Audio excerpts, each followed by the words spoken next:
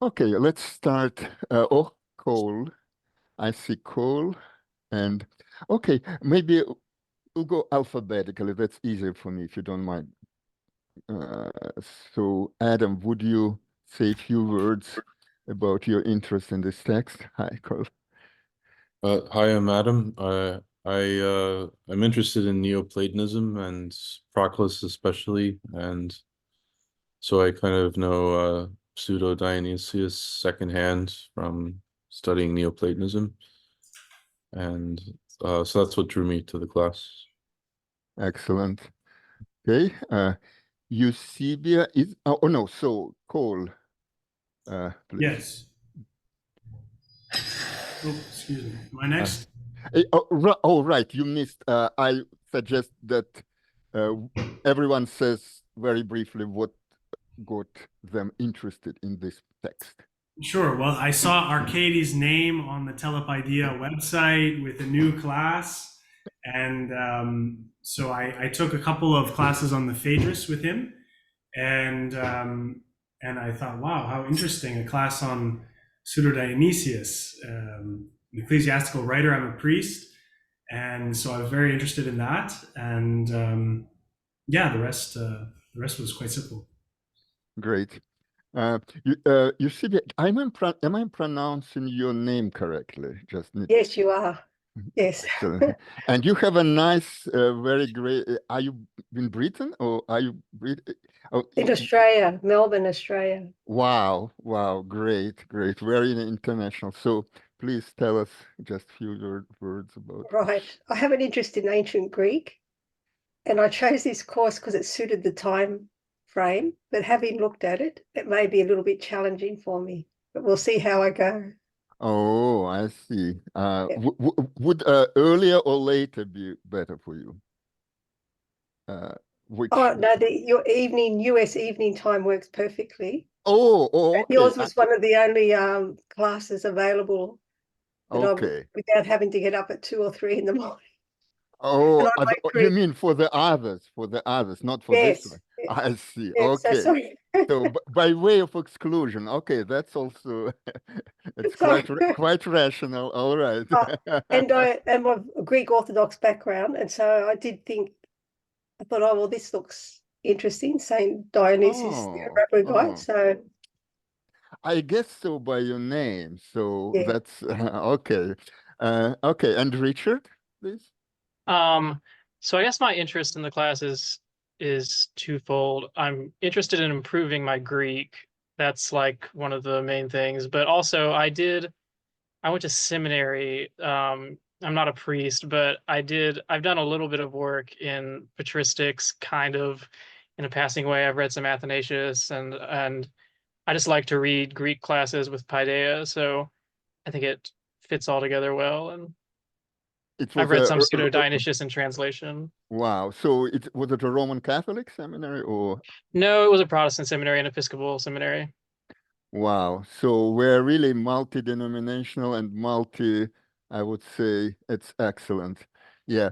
I would say my interest is I have a Eastern Orthodox background, and also I have an atheist background in the Soviet Union, and that's why the meaning of the word God is remains a question for me because I have also philosophical interest and I'm doing Martin Heidegger, and as you probably know, for Heidegger, the main question was the meaning of being. Like for me, it's the meaning of God. What do we mean, those who believe in God? What do we mean by this word? It's fascinated from me from the get-go. Even before I believed in God, I thought, well, what are people talking about? Really? So anyway, and I think Dionysius, please excuse, I will omit this pseudo thing because it's ridiculous in my view. And what I believe that's, if there is an answer to this, that's the best answer. But we need to unravel it somehow. Yeah, and I don't have that I did it. That's my interest because I read it many times in different translations, in Russian translation, in English translation, different, but never parts in original, but never totally from A to Z in original. All right. Having said this, I'll start sharing screen. If you,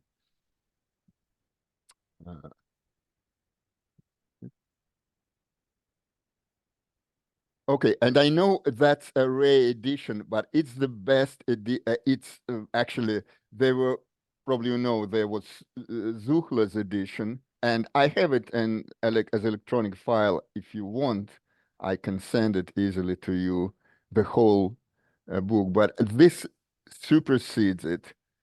And I want us to use this one. And if probably some of you don't have the book, so I'll be scanning and sending you more.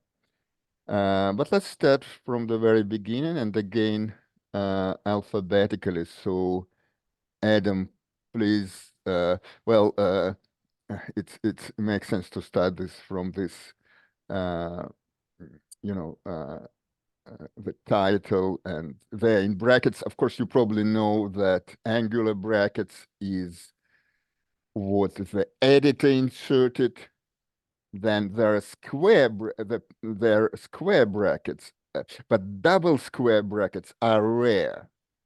And frankly, that's the first edition of a Greek text in which I see them, and I've seen a lot of editions of different texts.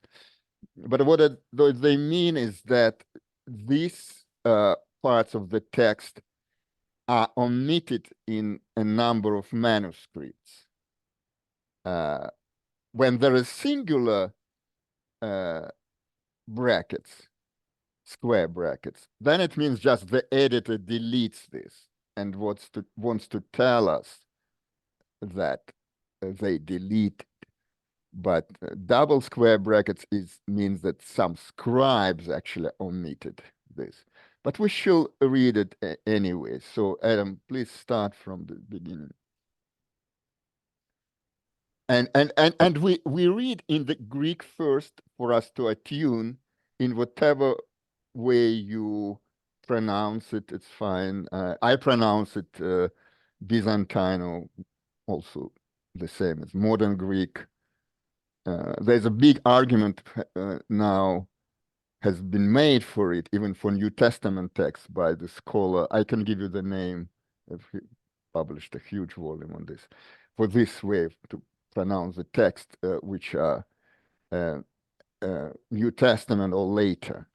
But of course, if you are Erasmians, that's fine. So please, Adam. To sum presbytero Timoteo Dionysios ha presbyteros periteon onomaton. Right, and maybe read at least. I mean, this chapter head and the Kephalion His tis ha tu logus kopos kai tis he periteon onomaton paradosis.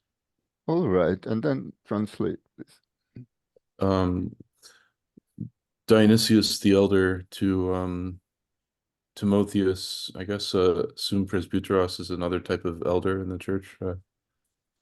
Well, assume or sim is co-elder, whatever this means. But here English allows us to be, you know, there's some schools of translation which, when possible, they just reproduce it without understanding. We'll try to avoid this, but at this point, we cannot tell what does it mean to be a co-elder, in what is the exact sense, but that's what is written. Maybe fellow elder, what is meant here. So concerning the divine names. Chapter 1, what is the purpose of the argument, and what is the procession or the explanation concerning the divine names? Paradosis It's a rather technical term. Does anyone have a Or tradition maybe is yes, yes. the handing But down, I guess, giving right. down. Yeah. Yeah, I probably should mention, if maybe some of you don't know, that besides LSJ, which is of course our main dictionary, so to speak, for all periods of Greek, for this kind of literature, Lampe patristic Greek dictionary might be very useful. If you want, I can send you electronic version. Also, there are other Dimitrakos, but they might be difficult for you because they're not Greek English, but Greek to Greek. But they're, of course, there are sources like that, but maybe difficult for you to use. But Lampe is important. Like parathesis, I'm not sure LSJ give the meaning tradition. All right. So any questions about this? If not, then we go to Cole. Ninde o Makarie, metatas theologikas, hypotyposis epitin ton dion onomaton anaptixin, hoseficton metalesome. So now then, dear friend, a blessed friend, after the theological outlines, so I suppose that's a work, I shall embark upon the beginning of the divine names insofar as I'm able, or in a way that's easy to grasp. I'm not sure how to translate epicton. Okay, good question. I would just maybe somewhat subtle thing, but embark. Let's try to be more literal when possible. Transition, it's metalefsomai. So it's written. I transition from this theological outlines, which we can safely assume is a fictitious name for some non-existent work, but it's kind of gives us the interesting frame for the whole undertaking. But os efficton, first of all, you first try to translate it as a personal, as far as I can, but then you changed. So it's impersonal, right? It's right. I think that's the way to take it as a ficton. Does anyone have suggestion to more precise translation of effecton? Reachable? Yeah, reachable is good as far as possible to accomplish. We may sometimes the more we go into it, the more we'll see that sometimes we'll have to use more words in English actually to render the meaning, but that's fine because we are after the meaning, not after we are not producing a translation to be published, which should be as concise as the original. Okay. Can I ask a question? Yeah, sure. Why did you say that this work is fictional as opposed to like lost, maybe? Well, that's one way to take it, but I'm rendering the consensus, although I didn't check it, consensus changed, it's a scholarly consensus. Since, well, it depends. If you take the author to be a contemporary of St. Paul, then of course the whole not everything but much will look differently, right? So that, yeah, I take it, and probably I shouldn't impose this on you. I take it that it's a much later author. Right. So and he's using, so that allows me to think that he is using some devices which, and so some things which he says should be taken with a grain of salt. Sure. Yeah. All right. So we come to you. Don't see everyone. So we come to Eusebius, right? No. I'm trying to. Maybe I should try to see all of you at once. Right. Eusebius, please. Okay. Esto de kai nun humin ho ton logion tesmos prodioris menos to ten alethean humas kata kata destastai ton periteru theu, sorry, legomenon.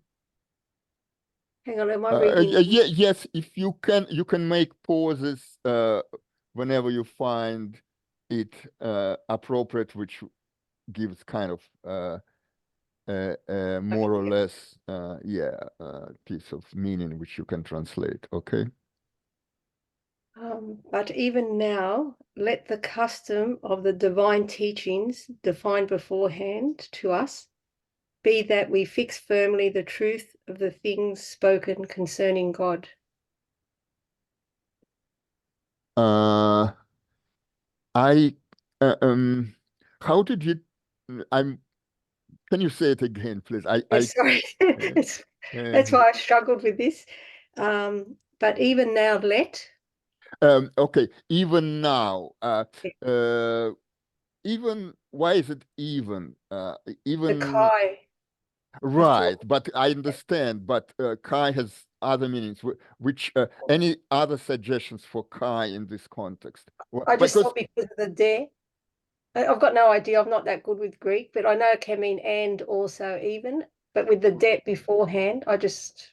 no, there in this case, there doesn't influence the meaning of Kai. Okay, so what would even means something like well, in English, what is even means something when even I can do this, but I'm a stupid person as even I can do it, but or something like that, right? Does it fit the context? So what what other suggestions for the meaning of Kai here? I'd have to say and. Yeah, and Also, maybe. yes, also, and also, why would also be here? How does it connect to what is said before? It's sort of implying that, like, we did it in the theological outlines. Let's also do it in this new work. Yes, right. That's I think that's quite reasonable, and I feel it this way. So we let's try to think of how the sentence we read or translate or interpret connects to the context and choose the meaning which connect it in most effectively. So also, right, exactly. Also now, so which makes us think that this hypothetical theology, when in that treatise, theological outlines, whether real or imaginary, he wants us to think or wants to remind us that that was his modus operandi there. Now, Eusebius, please continue. Right, you are now. So, how did it? Repeat the rest of it, please, for me. I think I might leave it. I'm out of my depth, and I'll just observe. because I struggled to even understand the context. But I'm happy just to listen. Oh, uh, but so you have difficulty with translating it? No. It's not the actual Greek, it's this context and the theological language. I lack any theological background. And I No, came up with we don't need any theology here. No. It's self-explanatory. What causes difficulty? Let's look. So let what is the subject? Hoton logion, hot tesmos. Exactly. Thesmos is it's can, so let's what else would be The suggestion? custom. The custom. Right, custom or uh, Established rule. established rule. Yeah, established rule. Yeah. So let also now for us, I mean, uh, be esto. Let the established rule for us even now be prodeorismenos. Now, I had defined as specified beforehand. right. Defined beforehand, in advance, even before we begin, let it be kind of for us the orizo, right? From the it's passive participle, present participle from the pro the orizo. So let it be pre uh, predefined for us. And now what follows, uh, it's in the middle, it's infinitive, katadzisaste. So how does this part between the commas connect to the previous one? I thought that was a articular infinitive. Right. So this whole thing explains what this established rule is. So the established rule, the rule, not just rule, but ton logion thesmos, the rule of the, well, sometimes it's translated as oracles, which is a little bit too pagan sounding to me.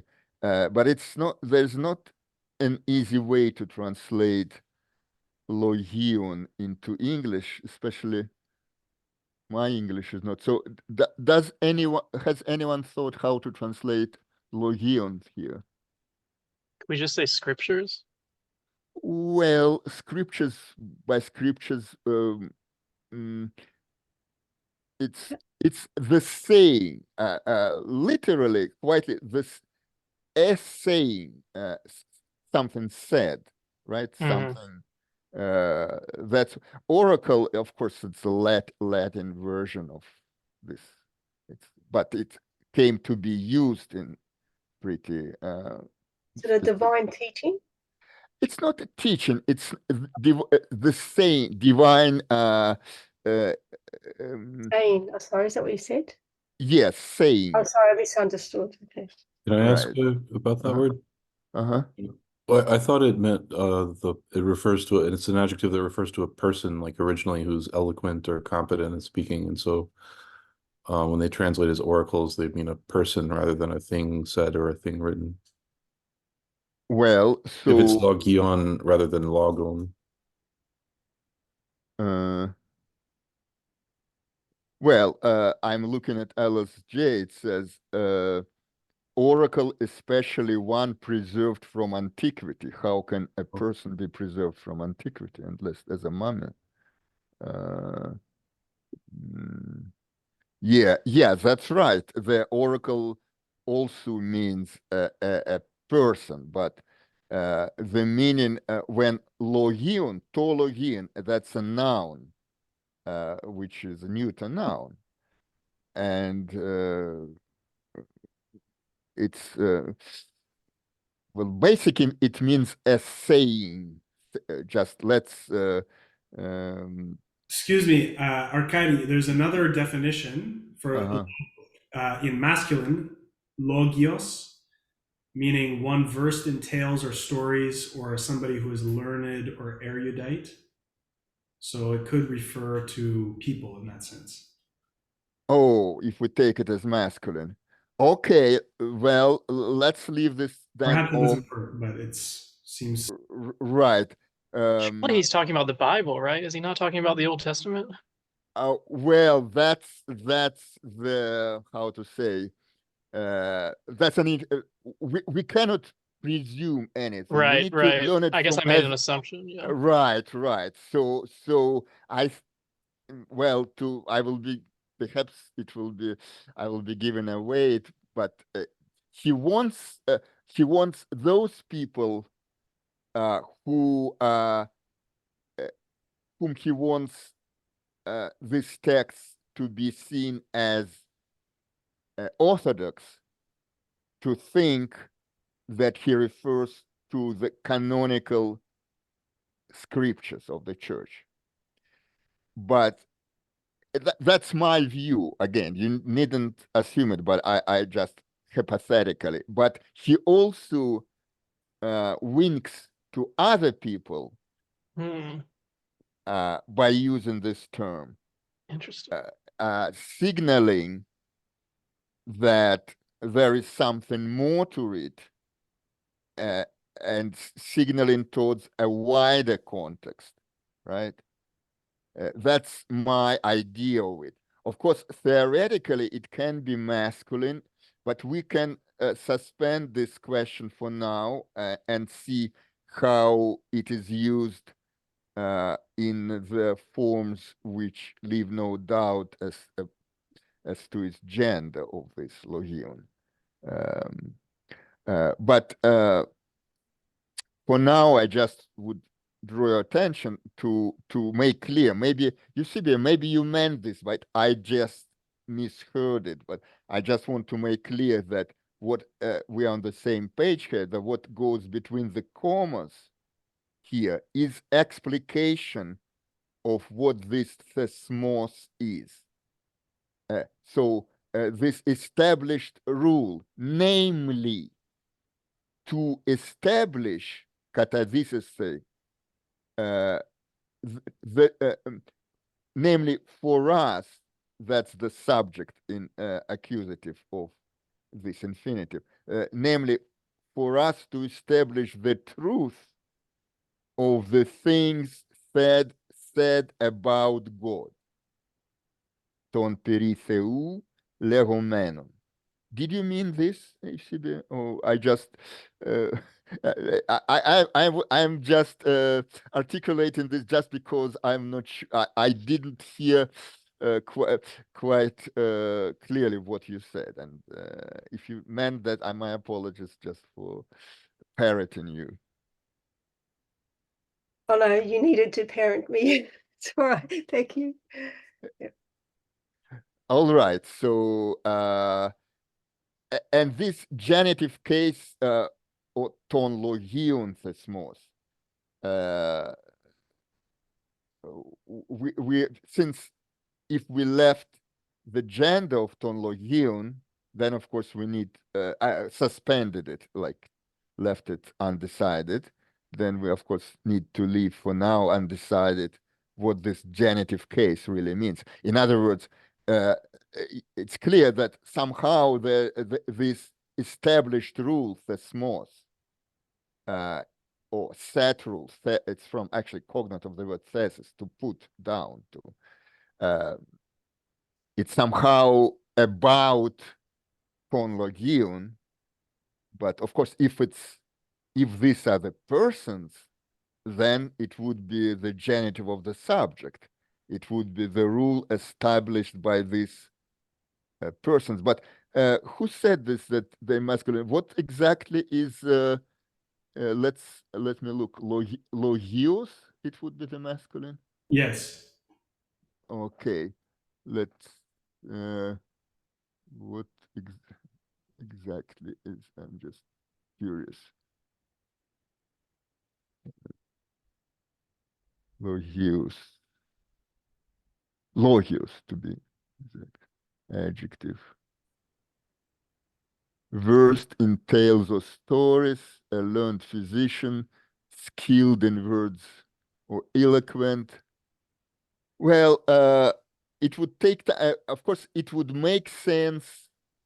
Let me look in Lampe, because these meanings, I was reading what LSJ say about this. And none of this meaning really, none of these meanings seem to mean to fit the context. Let me. We need something which fits the context, really, because why would he? Why would he refer to just people skilled in speaking, to orators, or yeah? The first entry in LSJ I notice refers to the bit of at the beginning of Herodotus when he talks about the Persian chroniclers. So I think in Herodotus it can refer to a chronicler, someone who writes accounts of history. Yeah, Maybe but in that this, sense, the chronicler, the writers of the Bible. uh-huh. Well, yeah, I don't see anything in Lampe. So, oh, well, maybe. No, Lampe has only neuter, to logion. He doesn't have this edge, nothing, has nothing to say about the adjective, logios, and that means it doesn't have any additional meaning, probably, to those in LSJ, and none of these meanings really seem to me fit, because it seems implausible to me that this author would refer to some rule established by a person like, you said Herodotus, or anyway, that's so. So I think if this is really neuter, not masculine, then it's clearly not subject, genitive, not of the subject, but of the object. So it's the established rule of the saying. And what this means, I think, will be clear from the context further. What does it mean that the rule he is going to follow somehow relates to the this some saying, what saying? So who's next? Richard, right? Okay. Sure. I think we're at uk Yeah. in Uh-huh. uk in Peithois anthropines Sophias logos allen apodexe tes pneumato kinetu ton theologon dunameos kathentos apthenktois kai agnostois apthenktos kai agnostos sunaptomitha katatein kretona tes kathemas logikes kai noeras dunameos kai energeias henosin. Right. Okay, I'll do my best here. So we Mm. need to, like cleave to the truth concerning the things said about God, not in convincing words of human wisdom, but in a display. Wait a second. Cleave. Oh, there's no cleaving here. We need to establish the truth. Establish. Okay, sorry. To establish, not in convincing words of human wisdom, but in a display of power. Let's see, of a spirit moving power of theologians. Right. Apodixi, apodixis can also mean prove or In a proof. demonstration. Demonstration may be a better word. Okay, in a demonstration of power. Right, of the power and power. What kind of power? The power of the theologians. Uh, uh, uh, which power is moved by the spirit. Oh, is moved by the spirit, not moves spirits. Okay. Right, well, right. It would be, you mean exorcism or something out. Yeah, I guess that's how I took it. I also don't Uh, know. I don't know what he means by a theologian in this context, was one thing I was thinking about, but I guess we can come back to that. Right, right. It's also kind of it's like logia, theologia, and theology. But one may uh, I well maybe it's again be a spoiler. So again, primarily he wants to uh, us to think of the authors of the holy books, of Christian holy books, holy scriptures, New Testament, Old Testament books. Uh, uh, but we'll see that it's Well, so mm, this is sort of, so he's quoting, I guess he's quoting Paul here. So right, he right, must, it must be that by this time Paul is considered scripture. Is that right? Or Paul is considered authoritative somehow? right. But that's a very good question. But he presents himself, the author Dionysius. He presents himself as contemporary of Paul. Yeah, right. Huh. And at that point, surely it wasn't scripture. It wasn't even possibly. I don't know. It was possibly written already, but certainly not in any way canonical. But Right. still, he refers to them. But if we take the uh, uh, possible frame which he might mean, it's probably he might mean that he read this in Paul's letters as his contemporary, and he using Paul's expressions here as his collaborator and his correspondent, maybe, or you know. Mhm. Okay, so let's see. Of power, according to which, or by which, or something, we are united to. We touch synaptomesis, synapto. Okay, Apto means to touch, or synapto. What would be a good English translation for synapto? Um, uh, well, but we can say just touch because, we but touch the I think I got, so ineffable and unknowable things. we connect by touch with things, with the things ineffable and unknowable. In and like ineffably and unknowably, or like in an ineffable way and an unknowable way or something. Right, right. Uh, uh, So this next part of the sentence, I didn't quite know how to construe it with the rest of it, but it's something like,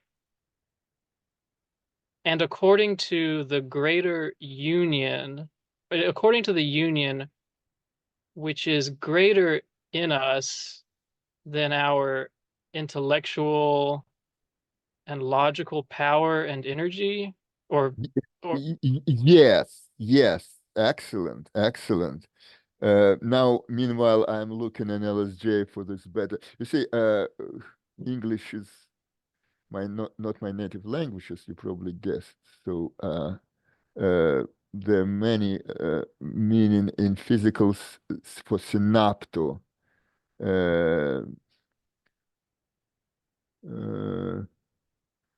Well, Think of a synapse in the brain. right, right. So it gives meaning unite, but it's not quite it. It's uh, touch. Touch is contact with. Right, contact with. I would say I don't see it actually here, but that came to me, and I think it's the best. The best. We get in contact, which contact is very. Has a very strong realistic connotation. We come in touch, we get in contact with contact. Well, that's exact Latin equivalent. Uh, right. So you see how it's built. So there is the dynamis of the power of the theologians, that from Paul. Now he says that it is greater than the power of the verbal and mental power, which is according to us. Actually, kata with accusative can mean on the basis of which. It's two main meanings: is according with which or on the basis of which. So on the basis of this power, which is moved by the Spirit, I assume by the Holy Spirit, we come in contact with things which are ineffable and unknowable, and this happens in the way which is ineffable and unknowable. And but this way is Henosin, union. The thing is that we, if you have some knowledge of Neoplatonism, then the one is above the mind, right? So the mind has still duality. So whenever we mentally perceive anything, which is by our mental power, let alone when we express anything verbally or logically, discursively, there is plurality or duality at least.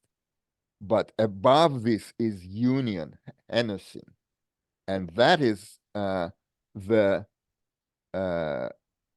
where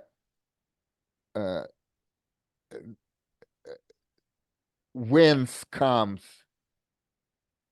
our not knowledge, because it's not knowable, but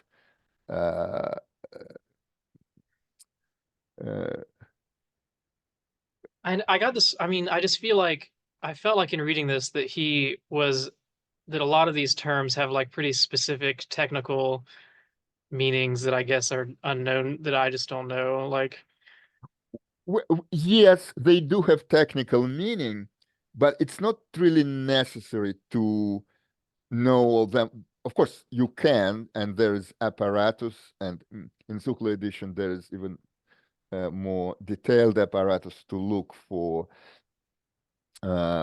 possible sources to have more of the context for them. But I think it's clear from the text itself the way it's built. And now I would like exactly here the scholia, which one of the scholars which I asked you to read. So before that, are there any questions about this sentence? If not, then we come to Adam again, and would you please begin this to read this? So you see how it's constructed, the scholar. So this is the phrase on which it gives a gloss.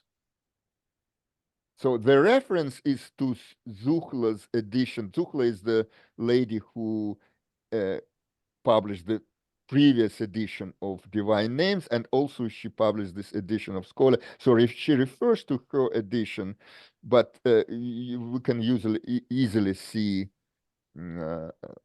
what part of the text is being explained. So Adam, please start reading. Passa anthropine Sophia ek ton aistaton. All human wisdom comes from perceptible objects. Oh, well, no, that's the sentence. You haven't read the sentence. This maybe this number interrupts your mind. The number is just for the purposes. Just ignore the numbers. Just look at the punctuation marks. So all human wisdom collects the persuasiveness of its proofs from perceptible objects. Great, right. It will be explained further, but so far it's clear, right? The meaning. So who is Cole? Would you read the next one? I don't see. Igar megaliton syllogismon ananki tis geometrias tas formas paralamvane. For greater is the necessity of the syllogisms, of the proofs of geometry. They receive a greater or the necessity receives. Well, you took megali predicatively, and I think it will lead you into trouble. If you insist on this, that's fine. I never insist. I never insist. Right. But my advice: try to take it attributively. Okay.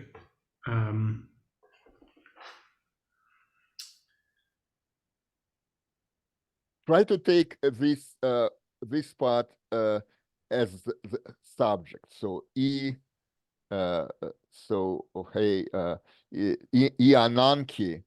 Yeah. The necessity. Yes. What kind of necessity? The necessity of geometry. No, you see, why? If you do this, but what would you do then with Mihaliton syllogismon? Okay, so the necessity of the proofs. Right, the syllogismon. Yeah, not just any kinds of proofs, but syllogistic proofs, proofs which are convincing, well, to the reason, right? Rational proofs, and the great need of syllogism, or if you wish, syllogistic proofs, but it's just that syllogism. Of course, is what is meant as syllogistics. So, well, logical inferences, right? And then take the, this is the subject. Yes. Now we have the, how it's called, the subject and the verb. The verb, yeah, exactly, right.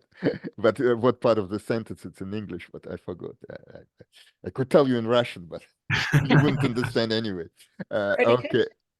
Well, not any, you see, predicates are many. So some predicates are adjectives, but when the verb is a predicate, it should have a, well, it has a particular function in the sentence. So anyway, let's call it just a verb. Okay, paralamvani. So this need, it paralamvani. What? Receives or gets. Yes, or takes over. Mm.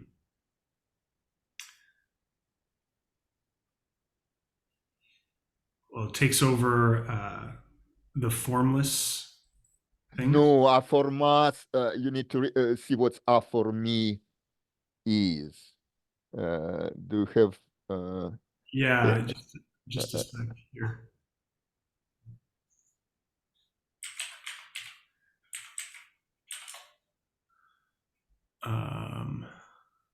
Oh, starting point. right, launching points, starting points, right. Okay, so the necessity takes over the starting point. Points, plural. Starting points. The necessity of the syllogisms takes over the starting points of geometry. Right, right. Uh, And then what to the- do with Megali? oh, Megali, any ideas? What's its gender? Feminine. Right. So what would it qualify then? The greater necessity. Yeah, not the greater, but Oh, just great. okay. Very, very big. Yeah. So right. Uh, uh, uh, so grammatically, are any questions about grammar of these two sentences? Um, if no questions about grammar, so what does it mean? Let's think. What is this starting points of geometry? Like self-evident. Right, and in particular, if we talk of Euclidean geometry, and what I don't think there were any other geometry was known then. So what are they called? Axioms. Yeah, yeah. So and that explains what he meant in the previous sentence. So that Pisannotitas ton apodixion eranizete ecton estheton. So the plausibility, Pisannotitas, the plausibilities, it's for the, of course, in geometry, it shouldn't be conceived in a just primitive way that a geometer, when he or she proves a theorem, he appeals to just sense perception. It's nonsense, of course.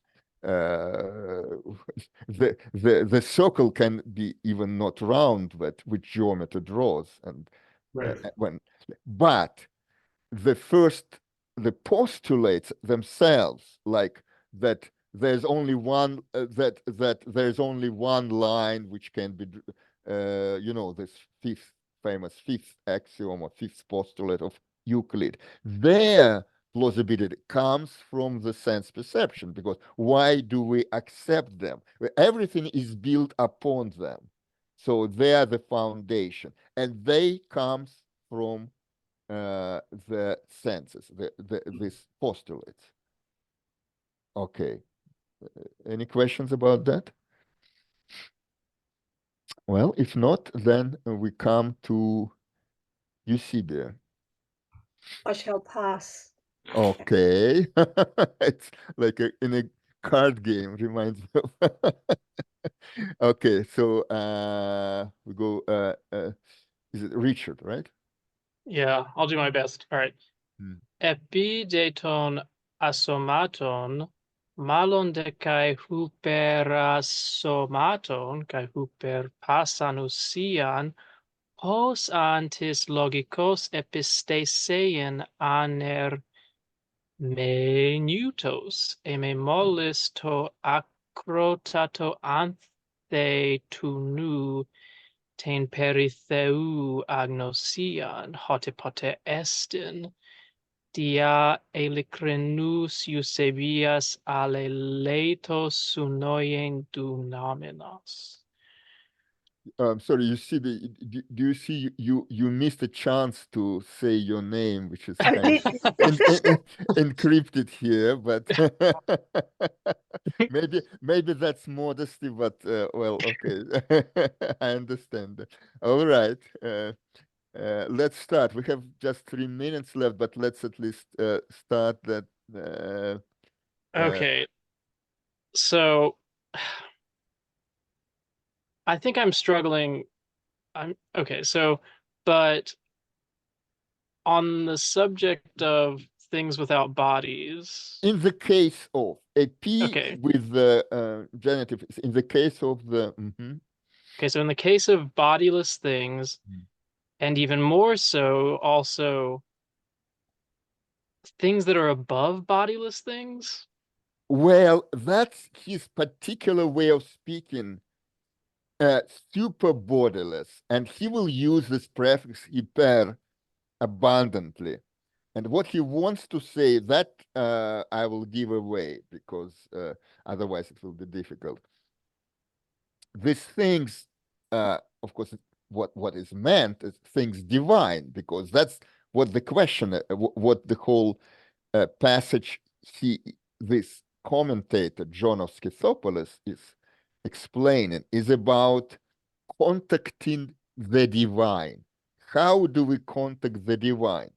So the implication is that it would be wrong to call divine just bodiless. Well, angels are borderless, ideas are borderless, but Right. they are on the same plane. So when you deny something, you place what you deny on the same plane with the thing denied, right? When and what he Yeah. wants to Yeah. say that it's above even this distinction. It's beyond this distinction of borderless and embodied, and even above any essence. Right. Above any essence. How would someone in words or logically or something Right. know, is anermeneutos like without interpretation? Does that come from hermeneuo?